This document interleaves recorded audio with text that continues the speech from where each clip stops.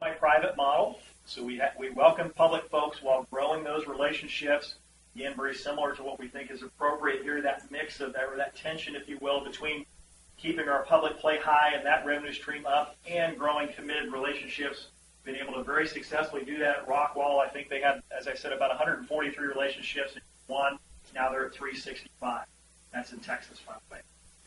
So driving growth. Okay, it sounds like a good story, but how do you do it? What are the components to making that happen? One of the things that I wish you could see that better, and I'm sorry if you can't, but for those that can see in the first few rows here, we first begin by studying the market. Now, I guess I want to spend a little bit of time on that for those who may not yet be buying into my thought that I think we need to create a stronger connection to the HOA through membership building. I want to just share with you what your competition looks like in the area. Here sits Ocean Pines in the middle of a 15-mile circle. So you can see a lot of other facilities there. They're a little bit muddied as I look at them on the screen here. So I won't try and read them because they're a little bit hard to read. Scott, is that out of focus or am I getting dizzy again? Is that me? Well, see if we can tune that up. That's out the way. A little more. Can you go a little more? You're almost there. I have to press really hard. Oh, no, don't do that. Okay. We'll call that good now. We certainly could blow that up and share that with you later. We've also obviously looked at the demographics, as we assume the former management has done as well. We look at what your opportunities are within 5, 10, and 15 miles and what your competitors look like. And I think that the one thing, rather than read these off, that I want to draw your attention to is that there are only 2 clubs, one right here, one out here at the farthest edge of 15 miles, that are trying to offer some type of a fully committed relationship. You get 2 private clubs within that 15-mile footprint. How many public facilities are you competing against? 16. Okay? So that's not to say that we don't want to welcome outside dollars, because if the HOA is supporting losses of the club and we're not getting the support from within, which I think is a problem, we should be. If we're not, what's our second best option? Well, let's see if we can get dollars from outside the HOA. And I understand that, but I want to say to you, I think the greater problem is, why aren't we servicing it from within? What are we not getting done here at the property level to service our residents with nearly 8,000 rooftops within this community? Why has our membership been dropping? Why is our participation not sustaining the golf course wholly on its own? Not to say that we would ever not be open to the greater public, but I don't believe choosing to compete against 16 competitors within a 15-mile radius is probably a sustainable or winnable battle. So while we'll still welcome those, and we would certainly want outside play, and we would never turn away outside play, focus has got to be on the HOA residents that live here. How can we better connect them? If they want to play daily fee, fine, but how can we get them to play more often? Call this their home course, not venture outside the gates, if you will, and play these other 16 opportunities. How do we make this the most attractive place for them to play if they do want to play daily fee? And, of course, most importantly, what happened to those membership relationships, and what can we do to restore those and grow that side of the business so we've got some committed income through that membership relationship? As you would expect us to do, marketing fundamentals call for a SWOT analysis. We've begun just assembling some of those thoughts on our couple trips that we've had here so far. I won't focus on weaknesses and threats, but all clubs have them. That's part of the exercise. But just focusing on some of your strengths, just to remind you of things I think you know. Obviously, your location. Again, we're sitting in the middle of 8,000 rooftops that are committed to this lifestyle experience. We've got a large residential population. HOA committed to the golf course, not going to let it fail. Going to cover shortfalls if there are some, not that we think there should be. The HOA is not going to let it fail. Best greens in the area. I mean, we've read that on some reviews here recently. You spend a lot of money to restore those greens and get to be a great surface, so to speak. And we want to make sure we continue to advertise that in the community. Awareness. Everyone knows we're here, but do they know that the greens are some of the best in the area? That's a message we got to get out there. Wonderful setting and a Robert Trent Jones design. I mean, you just can't focus enough on what a value that is in the community. Opportunities. Greens remodeling is complete. It's the most important element to drive membership, guest use, and participation. It ought to be something that we talk about almost ad nauseum. We don't just talk about it and talk about it. Improve synergy for events and promotion now with that new fantastic yacht club you have. We ought to have opportunities to have activities going on between the two of them. Again, drive the whole community feel, the lifestyle feel. Fairway improvements, can be accomplished incrementally and consistently using in-house labor. The reason why we have that on there is Scott Nisley is particularly adept at that particular skill. The thing I didn't share with you about Scott is he's a former certified golf course superintendent, so he's not just a pretty face. He's not just a PGA guy like me who learned how to fold sweaters and give lessons. He actually got in the dirt and got dirty, dug some holes, figured out how to drain things, build bunkers, build tee boxes, grow in golf courses. I have a lot of respect for what Scott brings to the table. He's an excellent representative of ours. He's also very good in front of people. We're not letting him speak. He's actually very good in front of people, a friendly guy. Does a great job from an operations standpoint as well, but Scott brings really strong handle on the grind. And finally, introduction and promotion of amenities activities that transcend generations. We think this is important. I understand that the demographics, the average age within Ocean Pines is about 15 years older than it is in Berlin, for instance.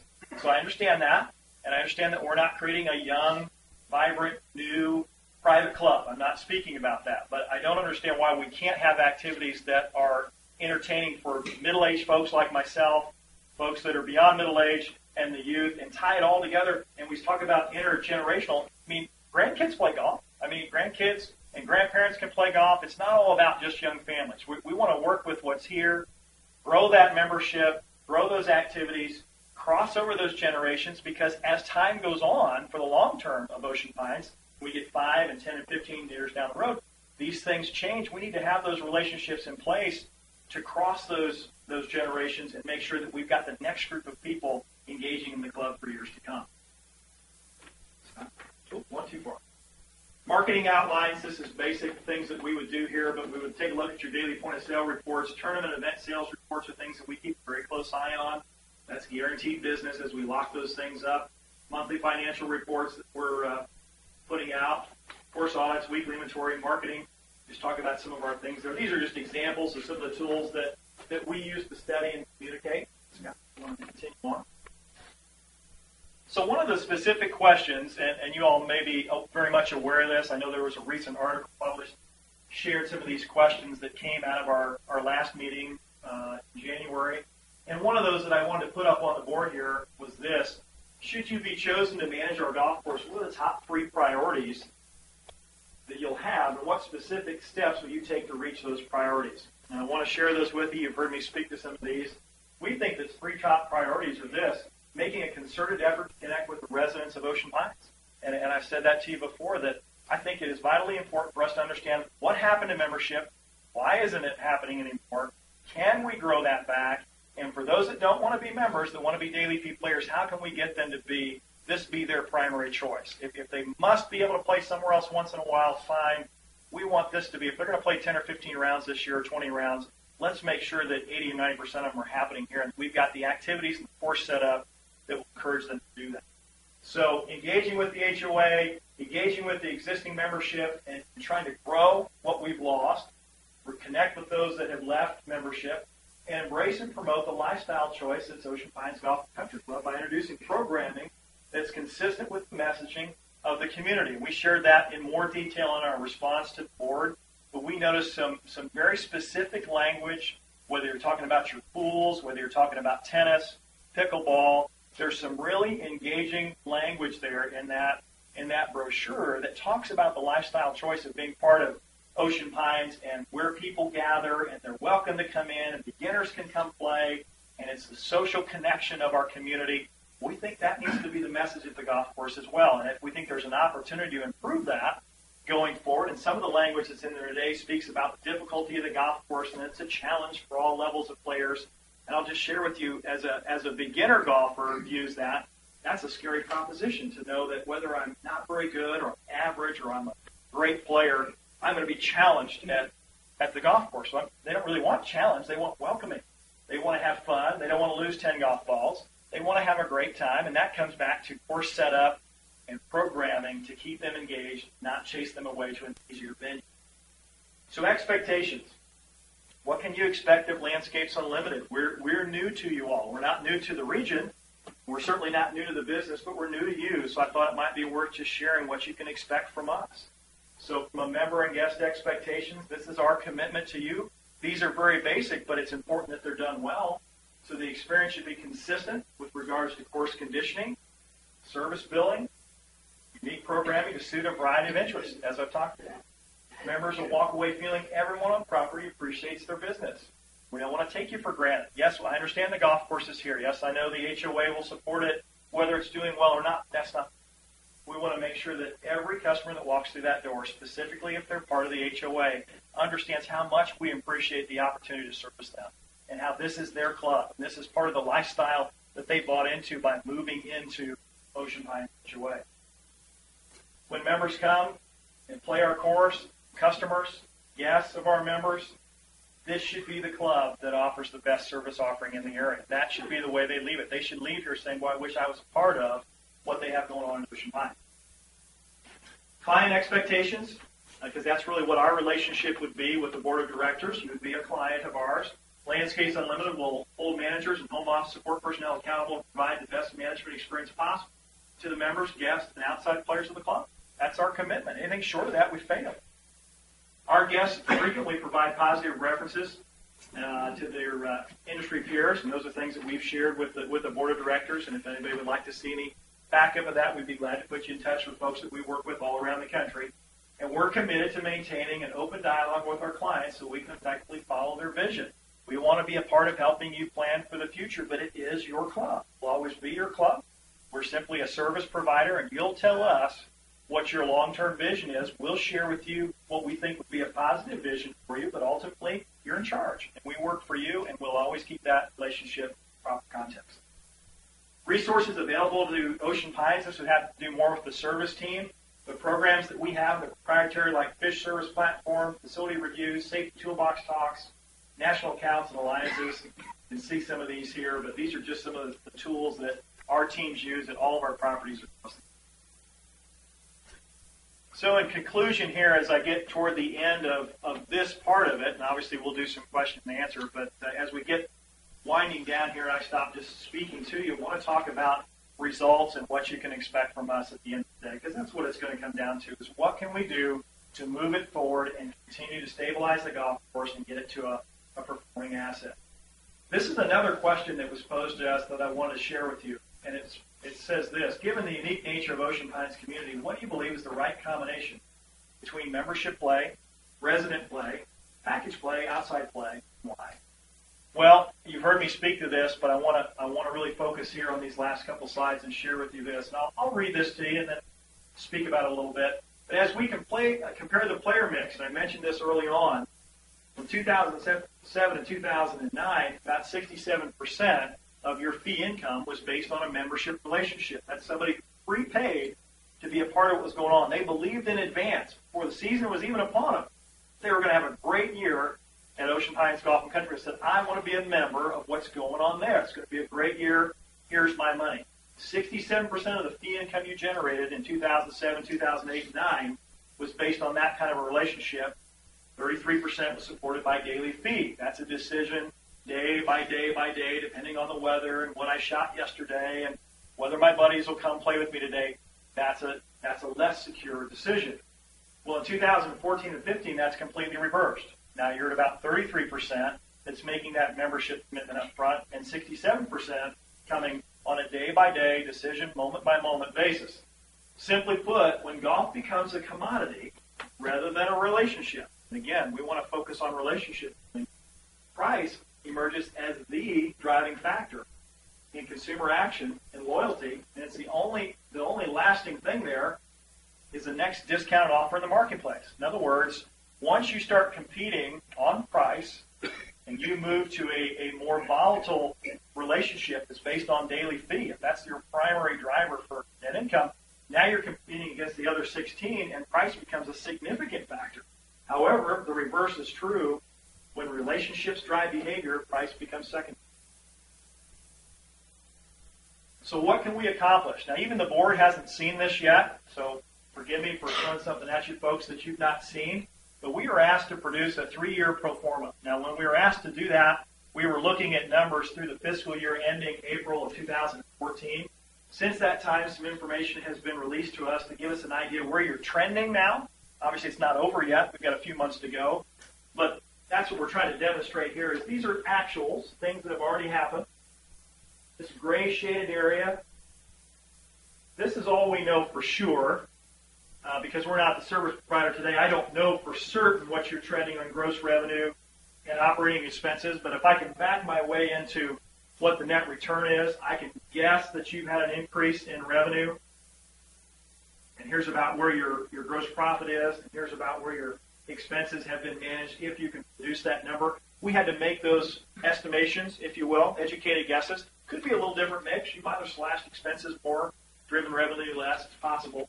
But we had to work with something for this presentation. So if this is roughly where you stand today, the question becomes, what can we do to make that better? Because negative $100,000 still isn't where we need to be. We believe in 2015, beginning, I guess May 1st will be the beginning of that fiscal year, 2016, we can drive that revenue forward. We don't expect to have a slip in green fee income. I'm not saying we're here to chase off daily fee players, not the case. We want to begin to grow that membership back because I know we can do that. We've done it time and again, and I demonstrated that to you. Begin to grow that membership, improve that bottom line, and would it have been really attractive for me to put a big positive number there? Sure, I could have done that, but I wanted to give you something conservative because that's who we are. That's the kind of company we are. If we outperform that, very possible. But I'm not going to promise that. I think that's appropriate. So we're going to begin to claw our way out of the negative. We're going to go pretty significant positive, even more so going into 2017 and 18. I guess where I want to really draw your attention is it's easy to focus down here.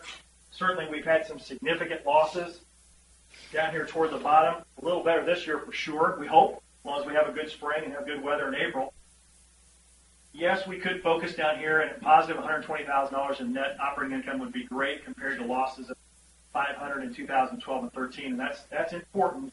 That's a great part of the story, but where I really want to focus your attention is up in here, because we think this is what is vital to the long-term stability of the club, is that we've got to have a more balanced mix between committed relationships within the community, people that prepay in advance to say, I know the golf course is going to be in great shape this year. I know they're going to have programs and activities for me, my family, my kids, my grandkids that are fun for us, that are part of our summer experience, if you will, at the golf course, and I'm going to prepay to be a part of that. I'm not even going to bother to pay as I go. I know it's going to be there, and I want to make that prepaid commitment. We want to see this return to something at least close to 50-50. Can we get back to 67-33? Maybe we don't need to do that. Maybe the time has come that we need an even balance there. So I'm not proposing that we go back to a 2/3 private type of a scenario. We've got to get to a much more balanced position, because if you look at where we are today, here we got about $200,000 in membership and about $400,000 in green fee income. So again, we're 1/3, 2/3, and I think that's a very volatile position to be in. Final slide. Going back to that question again, given the unique nature of Ocean Pines, what's the right mix? Well, I'll just say this. Any club can be open to the public. Any club in the country can choose to be open to the public. There's nothing spectacularly complicated about achieving that. All you got to do is open the doors. And you've got 16 other competitors that do a pretty good job of that within 15 miles. So in our eyes, there's no greater sign of connecting with your players and your community than when they join the club as a member. So I'm not here to say that we want you to be private or not closed off to the public. That's not what I'm saying. I'm saying I want to see people believe in the service experience and the golf course conditioning we can provide for you, and believe in it so much that they're willing to pay in advance of the season because they want that to be their club. This is where they're going to make their commitment. So we're not talking about being closed to the public. I don't want to give that impression. But I want to see people make that committed relationship to the club in advance, and I know we can do that for you. So anyway, they join as a member of the club. It's evidence in their desire to join you in the journey and embrace the atmosphere and programming that's created for their enjoyment. We fervently are convinced of our ability to reestablish that environment here at Ocean Pines. I've shown you several different areas all around the country. We've successfully done that for our programming, our relationships, and getting to know our members and connecting with them on a day-in and day-out basis. And we will not be eroding the outside growth. So again, I don't want you to walk away from here hearing me say that what Billy Casper has done is bad. Okay, they've certainly tried to grow that green fee side, but I don't want you to continue down that road. Put yourself in a very volatile position there. We want to help you grow now the membership side to balance the equation and best connect for the purpose and design of the golf course. The golf course was designed to be here as a service amenity and lifestyle choice of being part of the Ocean Pines HOA We want to make sure we don't lose that connection and just become another public golf person. Thank you very much. Mark, the way we're working the Q&A is because we're streaming.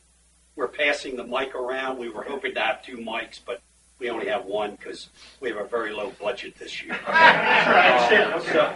So if anyone who has a question, please use the mic and Mark will pass it back. So questions from the audience. I'll bring the mic to you when I see a hand go. Yes, sir, in the back. I'll walk it to you.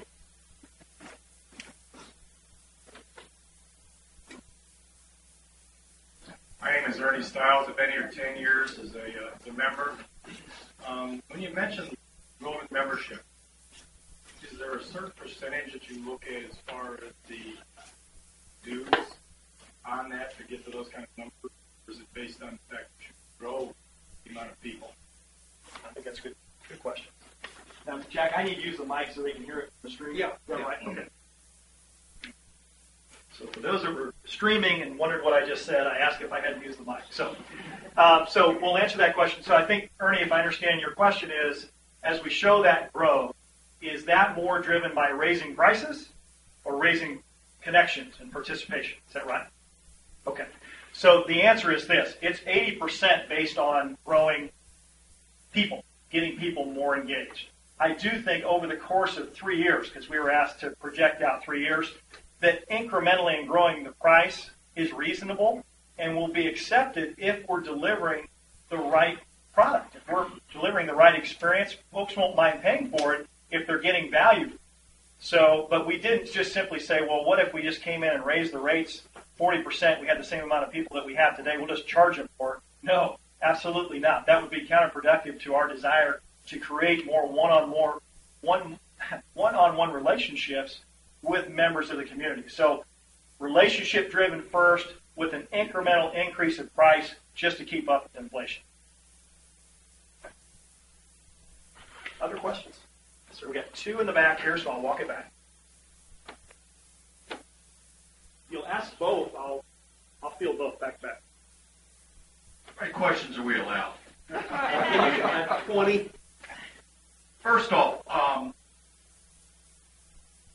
who have you selected as far as golf professional, golf superintendent? What's their background? Okay, very good. That's only one of a multitude of questions. If you want to go back and forth, Yeah. that's all right with you, Mark. I'll just stand here. Okay. I'll just stand here in the middle and I'll try and rotate. So, question was, who have we selected as a potential golf professional, manager, superintendent? Right. Okay.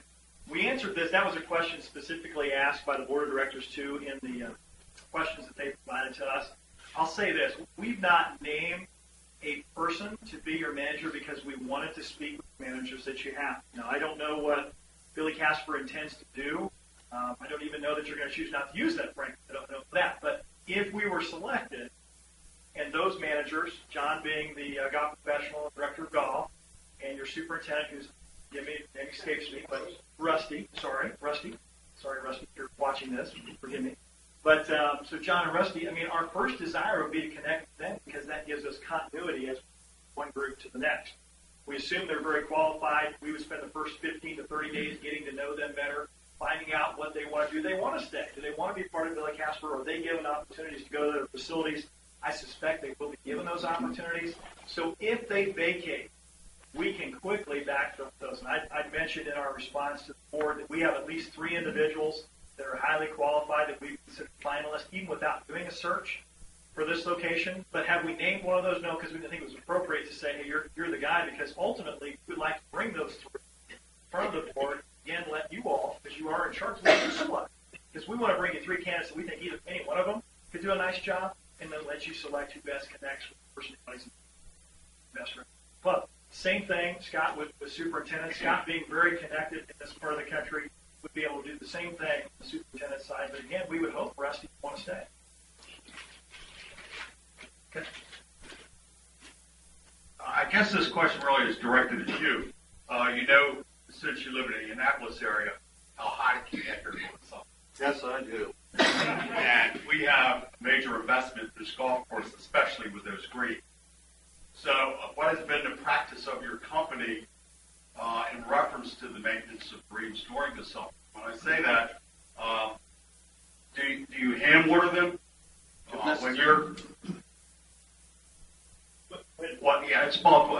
Do you hand water them? Number one, and then more importantly, as far as the greens themselves, are you rolling them and are you hand cutting them also?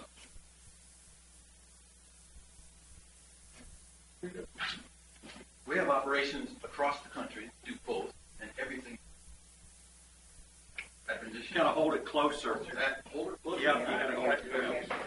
At renditions, we walk mill greens. That by nature is rolling it also. We hand water greens when it's necessary, usually just the hot spots where it needs. Most golf course grass dies because of overwatering too much. The grass suffocates. The conditions are hot. Suffocate is the best terminology I can use today to grasp. So cool. Well, dry soil is cooler, and dry is always better than too wet. The biggest challenge to the golf course superintendent in this area is rain that does, or she isn't able to control.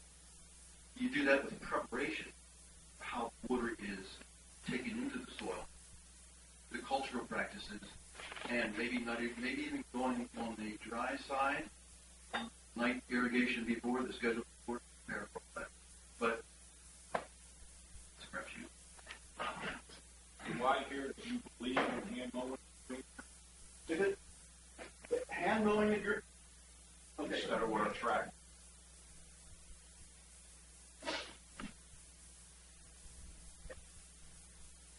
There are greens that will perform better when they're hand mowed. There are greens that will perform just as well triplex mowed.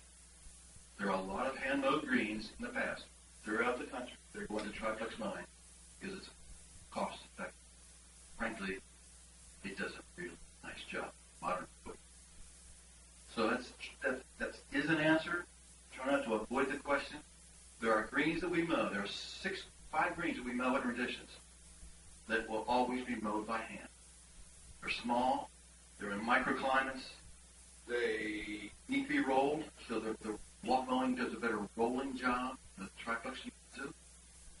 The one green, if you get that far off the course, you're in the water. We'd rather have a $10,000 mower in the water than a $26,000 mower. Rather, no mowers in the water. But there are some safety concerns and size and just that whole microclimate issue designates what's not need a triplex. There are great golf course greens that are connected. More question. Sure. You were to take over the operations. The conditions of this course would be. You have to hold it to your mouth. What would be the first point of issue on this golf course? You put your mind to fixing.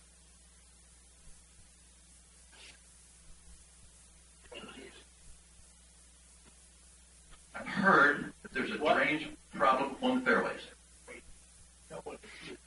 I haven't heard of any other problem. So the question is how to develop the priorities of the golf course. Maybe drainage is the most important. Maybe it's most important in hole number 4. Hole number 4, where the drainage on hole 6 isn't important, is some of the issue with the sunlight and roots and such on 7 feet. I don't know. That's part of an evaluation that we would conduct. One of the things we do on a golf course, we go in and look for weak areas. Weak doesn't necessarily mean thin grass areas. It means what is out of character for the whole plant. Is it the front entrance? Is it the clubhouse? Is it greens, tees, fairways, whatever it is? What is out of standard? And try to bring it into standard. And we try to do that very low cost and innovation. I don't know how else to describe it. That's why the people at the facility that have it, that we hire as leaders need to have the energy to do what we have to do. fits the way the golf business is? Don, did you get all your questions? No, I in? have two more. Okay. Please. I know you do. Mark, how many, maybe you could answer it also, how many tournament rounds did you all have at Renditions in 2014? Because that's a big thing for Renditions, if I'm not mistaken, where you have outside groups, all-day tournaments, or half-a-day tournaments.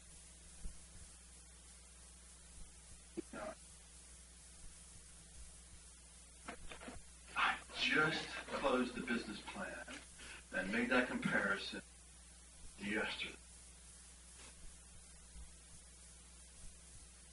I think it's 7,800 event rounds.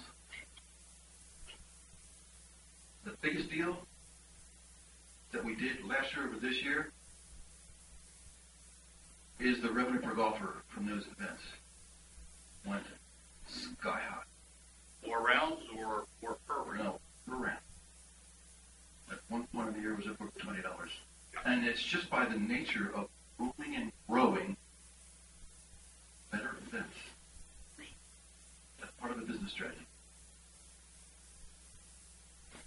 On behalf of the members here, what type of tee time reservation system will you use? I noticed you have a lot of national partnerships, and I think one of them was a tee time system that I'm not familiar with. And then what will be the policy for the member tee time? Requesting it. I forget what point of sale system. Here, I'll take that one. Since it's not about grass. Do I know you? I'm kidding. He's good on both sides of the counter. I was just teasing. So the question was point of sale systems. Today, as I understand it, you're using Easy Links. We're certainly familiar with that. As a company, I know that's a primary platform of Billy Casper, so I think that's what you have today. In conversations that we had with the board, and Bob, I was trying to make eye contact, there he is. I think Bob said that we're essentially on a month-to-month with them. We could certainly continue that relationship, continuity's sake, in 2015, because that's what folks are used to. Our preferred platform, and where we have that national partnership that you mentioned, is with IBS Systems.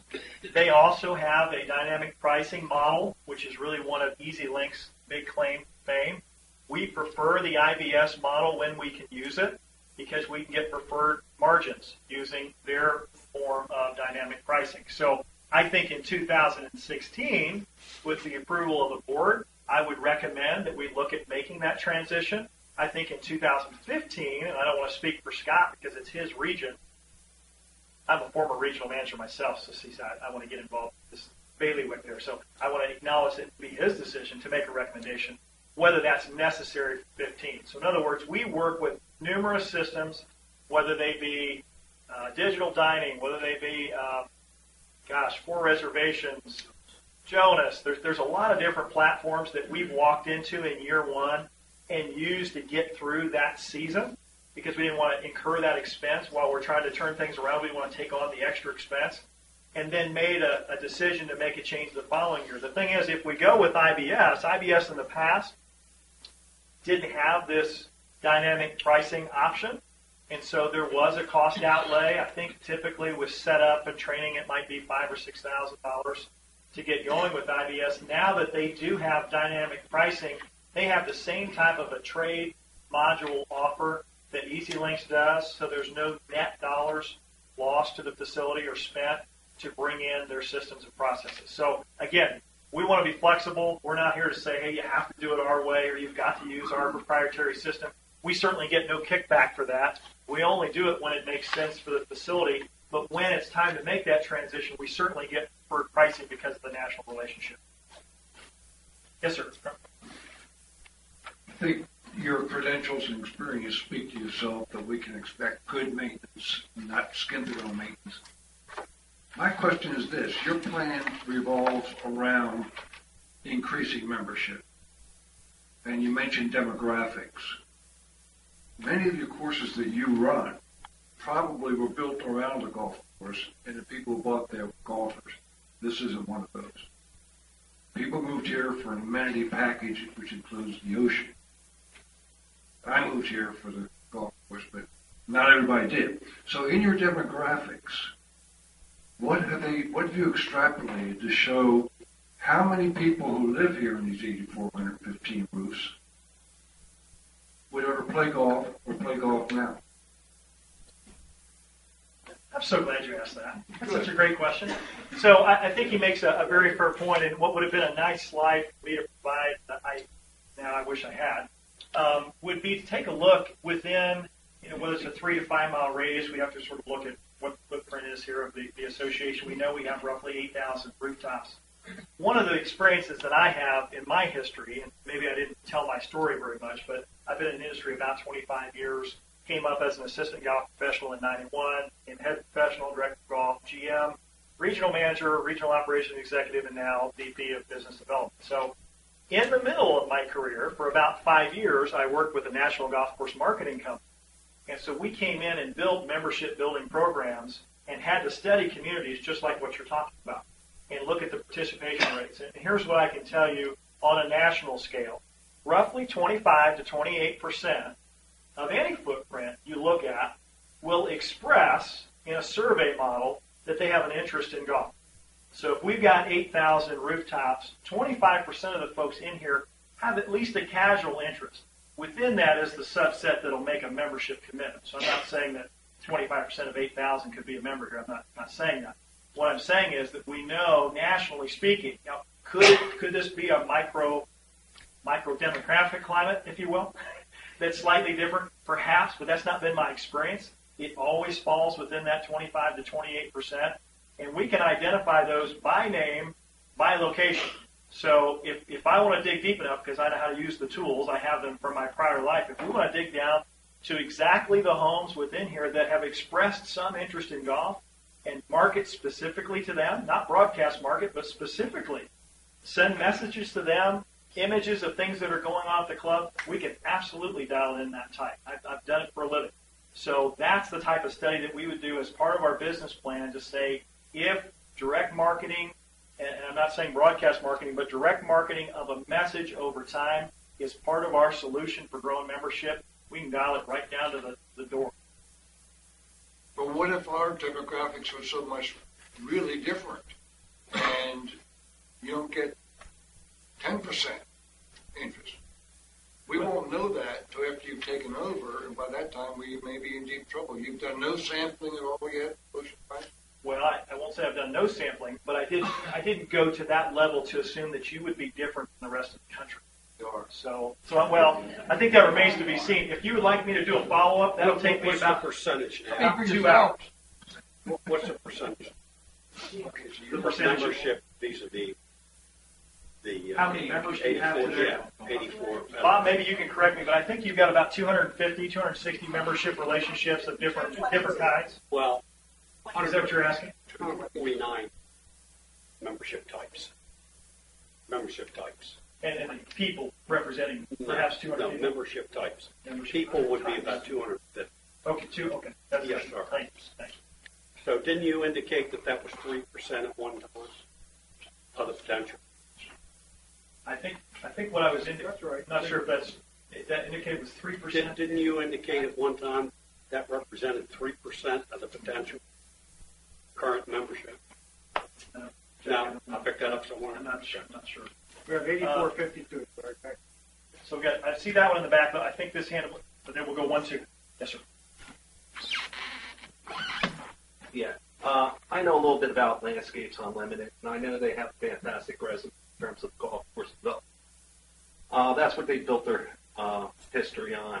I think with regards to golf course management, it's somewhat new to them. I think when you look at the concentrations of golf courses that Billy Caspers manages in this area versus what Landscapes Unlimited manages in this area, there's a huge discrepancy between the two.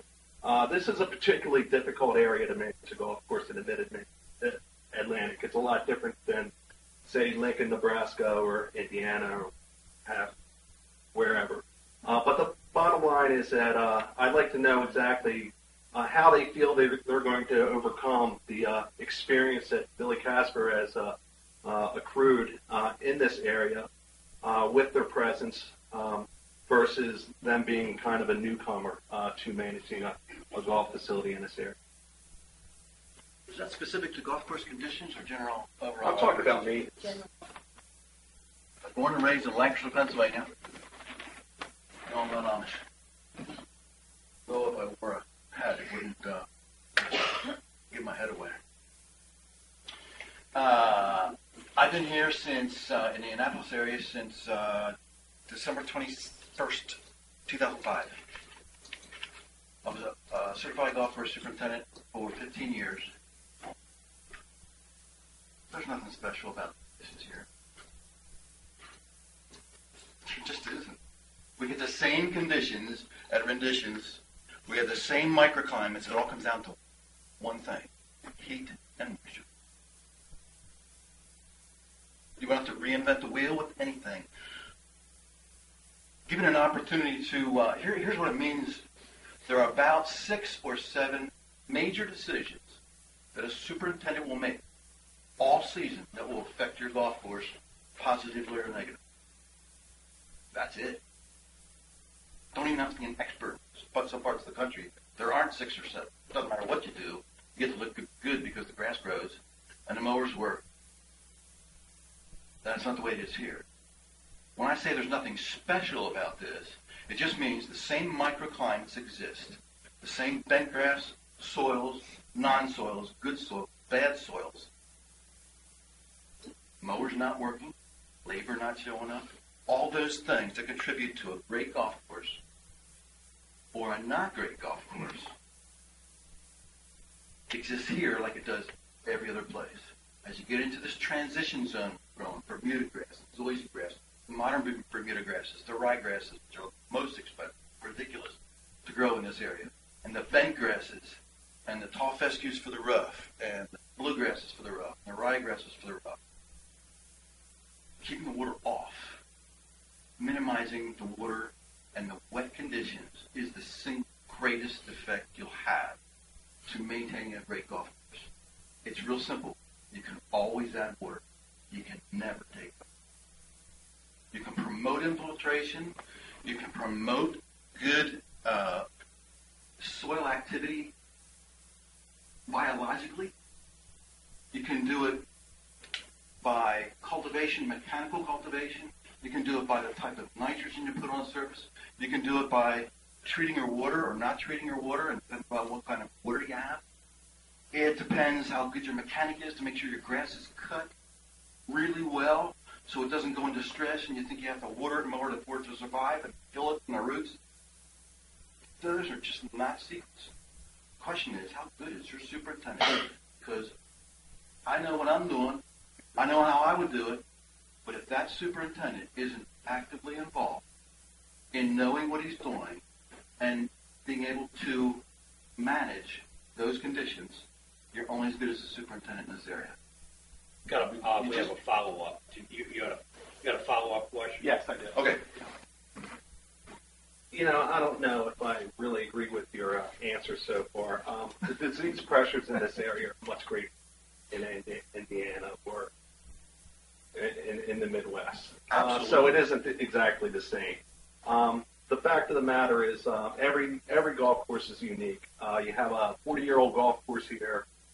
We have some drainage issues. Free moisture is an issue, especially where you're prone to disease. I think it takes a lot of time to come up the learning curve and understand exactly what you're dealing with. I don't see how you can come up in here immediately and come. Sir, question. Come on. You have a question? Yeah. It's a Q&A. It's not a statement. It's a question. I was just getting to my question. Please. And the question is, could you state it? Thank you. my question is simply, what are you going to do to overcome the fact that the previous management company has spent a great deal accumulating information as to how to exactly manage this golf course and bring it where it is today?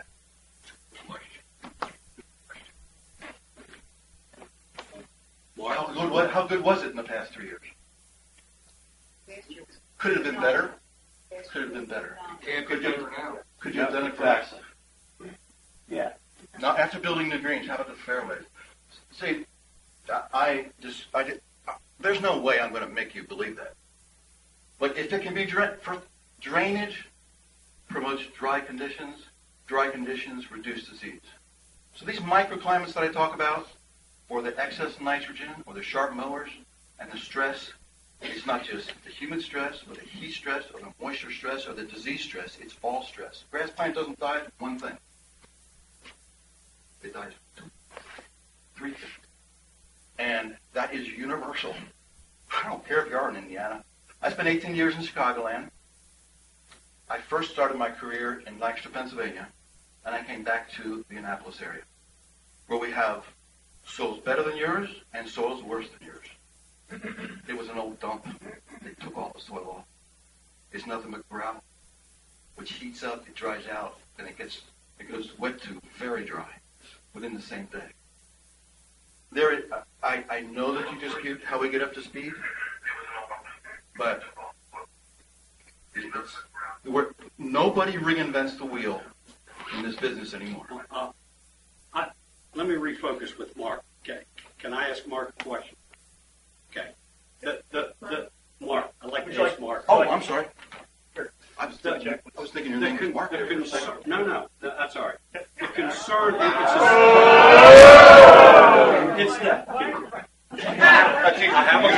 have a cold now. I'll be okay. The next person's going to get this. I want to focus on his question. That's a good question. The common denominator is there's years of experience that Casper has had. How are you going to displace that 4 years of experience and get right up to speed? Is that about the thrust of your... Exactly. I think that's very important. So, in case I wasn't close, Jack just wants to know, I think we've got to give Casper their due. Anytime that you're on property, you've learned some things. I mean, certainly they have in the last 4 years. We will learn some things too, but in this particular region, I guess two things that I want to say, and I don't know if I can directly answer that, Jack, because I think to assume that they haven't learned anything would be a bad assumption. To assume we can learn something in 30 days that took them 4 years to accumulate is a bad assumption. So is there some learning curve? I suppose so.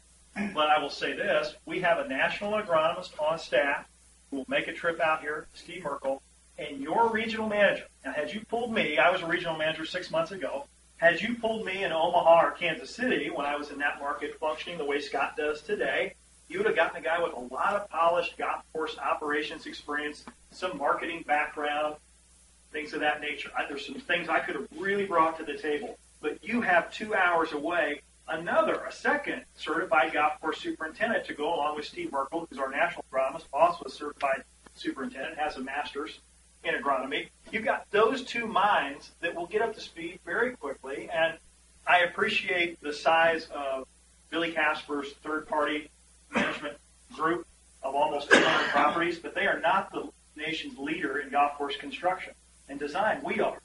We've been doing it for 40 years. We build them. We don't just come in and maintain them. We build them from scratch. We know why they work and why they don't. And we come in and do a lot of, since nobody's building new golf courses today, a lot of renovation work, correcting other construction companies' mistakes so that you don't have problems with maintaining. And that's our pedigree, and I don't think you can discount that. And Steve's not here, but if Steve were here, these are two gentlemen that are certified superintendents that would get us up to speed. Ron, yes, sir. Ron, did you have a question? You had this gentleman was, I know, next, if I can.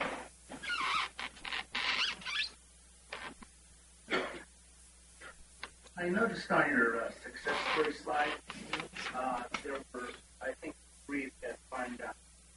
So the first question is, does the physical condition of this facility support what you want to do in terms of growing membership? And if not, what kind of changes do you see? Second of all, in the clubs where you've grown membership, what is the initiation fee, and what are the monthly or yearly fees on average? And is there a charge in kind?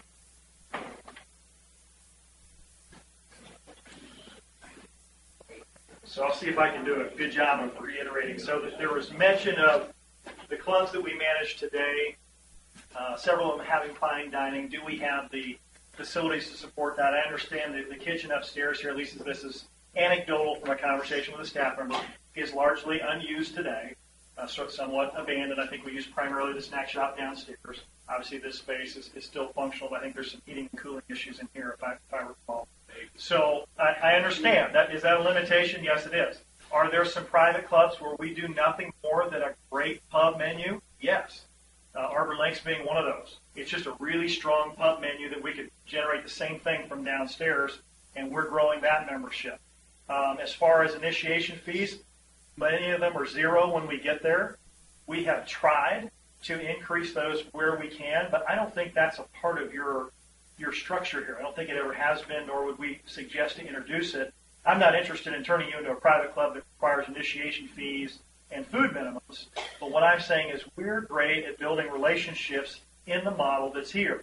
So I'm demonstrating that, yeah, some of those are private clubs that have initiation fees, monthly requirements within the food and beverage operation, but that's not why we grow the membership. Grow the membership because we learn the community, we find out what their desires are, we build programs that make them engage and want to be engaged going forward, and that's what we'll do. Monthly dues? Oh, monthly dues. Sorry, the question also was, what's the average monthly dues? On the low side at Arbor Links, because that's a second club model, that's the one, if you recall, it's in Nebraska City, home of the Arbor Day Foundation. You have to drive an hour to get there. Most of our members there, the 200 or almost 200 we have a primary membership in either Lincoln or Omaha, and then they come down mostly on the weekends or entertain some guests for a special trip during the week or a business trip. So they may be paying anywhere from $500 to $700 at their primary club in Lincoln and Omaha. They can join Arbor Links as a second club model for just over $200. So that's the lowest entry point we have for a private club. That's, again, a high-touch facility, but we may only do 40 or 50 rounds there a day. It's a resort private club, if you will. And then all the way up to the legacy clubs like Broadmoor Country Club that's more like $550 a month. So $200 to $550 and everything in between. I would say if I had to pick an average, it's in that $300. $350. Okay, so can I, just for the sake of giving a different person a chance, and then we'll come back. I think there was a question about food and beverage minimum.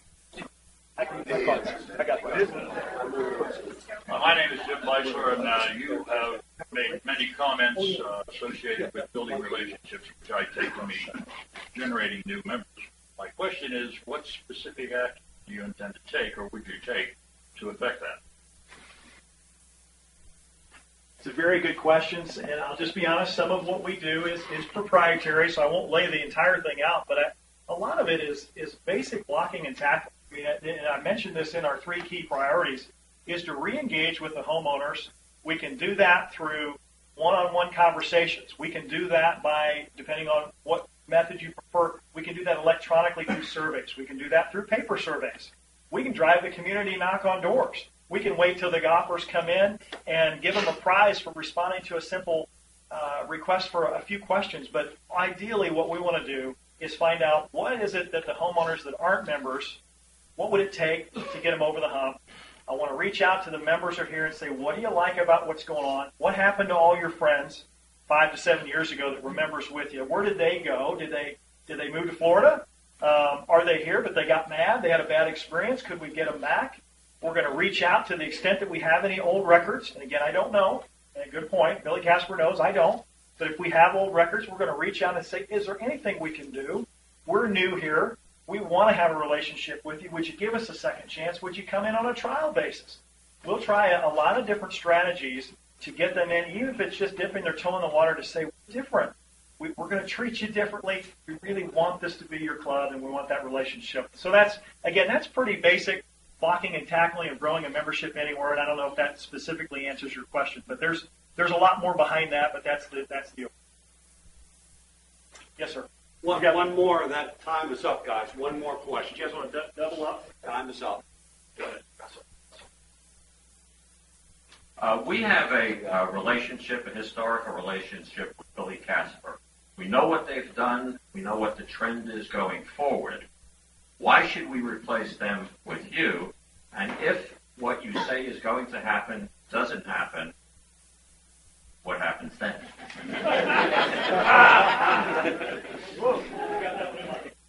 I was more drainage, and I wanted to make sure that you two were aware, and I'm sure you are.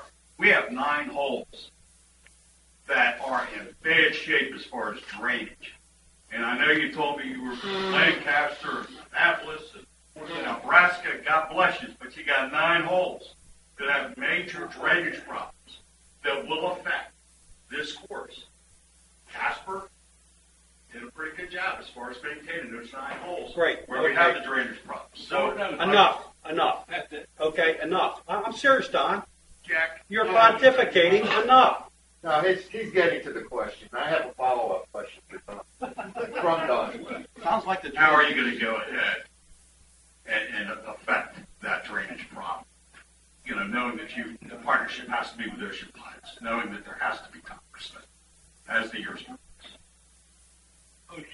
Thank you.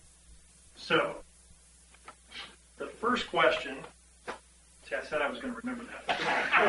The first question was specifically, What happens if you don't achieve your goal? what happens if we don't achieve our goals? So, Billy Casper's done what they've done. You're familiar with them. You have a relationship with them. You have a trend line that appears to be going up, and I don't think we would dispute that. My concern, and I'm not here to besmirch Billy Casper, they're very accomplished as golf course operators.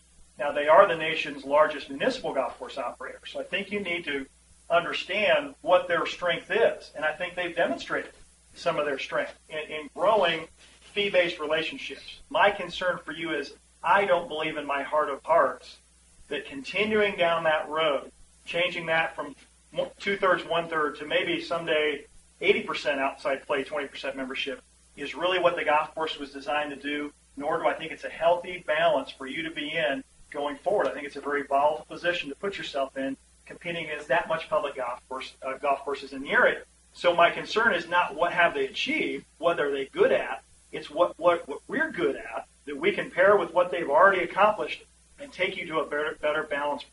So that was what I was saying to you there earlier in my conversations. I'm not taking anything away from what they do well. I'm sharing with you what we do well that I think puts you in a healthy position overall. If we don't achieve those goals, you fire us. I guess isn't that not the answer? I mean, isn't that right?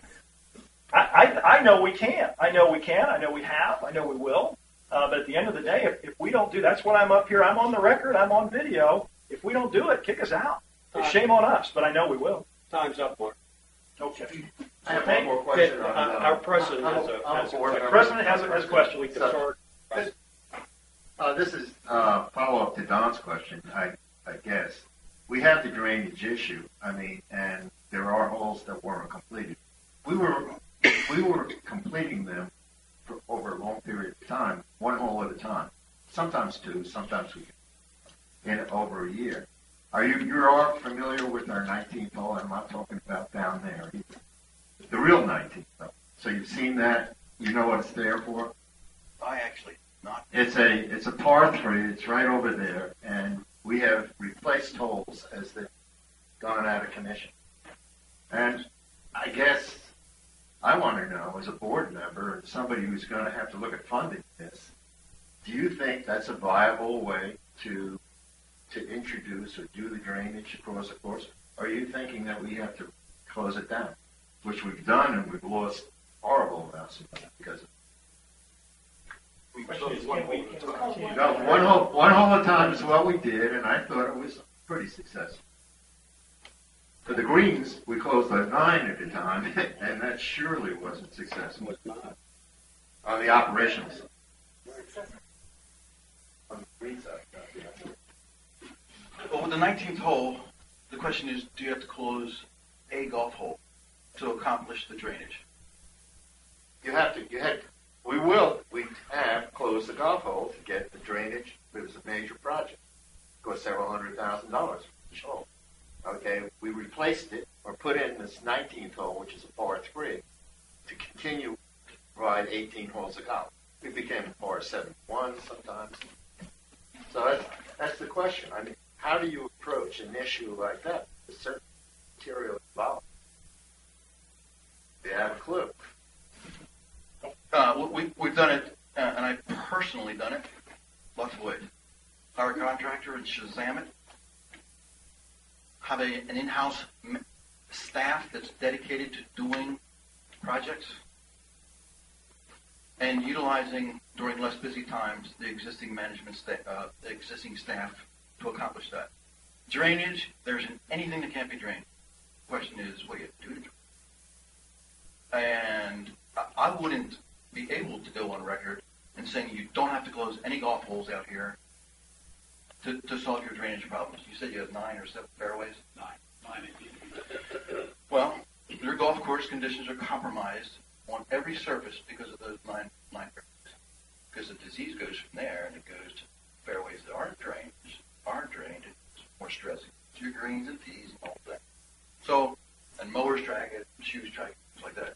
So, I don't really know how to answer your question. I personally don't believe that as an operator, here's what maybe the best way for me to say is this. I don't know if it can be done as an operator, if it needs to be closed, and I know it done as a contractor, to know how to work with the operator people to make sure it gets done for the sake of revenue. Long ago in my career, it was all about perfect turf. For 15 years, it hasn't been about perfect turf. It's been about a happy golfer. When I made the conversion from a superintendent-only thinking to an operator thinking, I had to realize exactly that thing.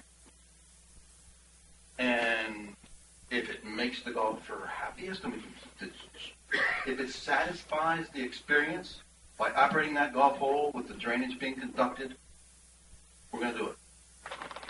Frankly, people love to see projects being done as long as they're being done right. They hate to see a project that gets done and, whoops, same problem exists. Didn't solve anything. Here it was. I know I have the same problem, but I was interrupted and it cost me money to do it. I hate that. So we try not to make that kind of mistake. So I can imagine all avenues would be used to solve the drainage problem. Potentially contractors, potentially inside in-house maintenance staff, opponent that's trained and geared and good productivity. And I can envision smaller projects, extended projects, that kind of thing, be done by the existing maintenance staff. And just to wrap up, thank you all so much for coming. I was just going to say, Scott, if you went the Shazam method, if only you knew somebody had construction crews in the area and knew how to do that kind of work, to give you the preferred price. If you just knew somebody who could do that. Anyway, just kidding. We'd be glad to talk to you about that, although, hole by hole may be the most cost-effective. So, in any event, thank you so much for your time and attention. Great questions. I hope we've answered your question and given you a vision for what we'd like to do.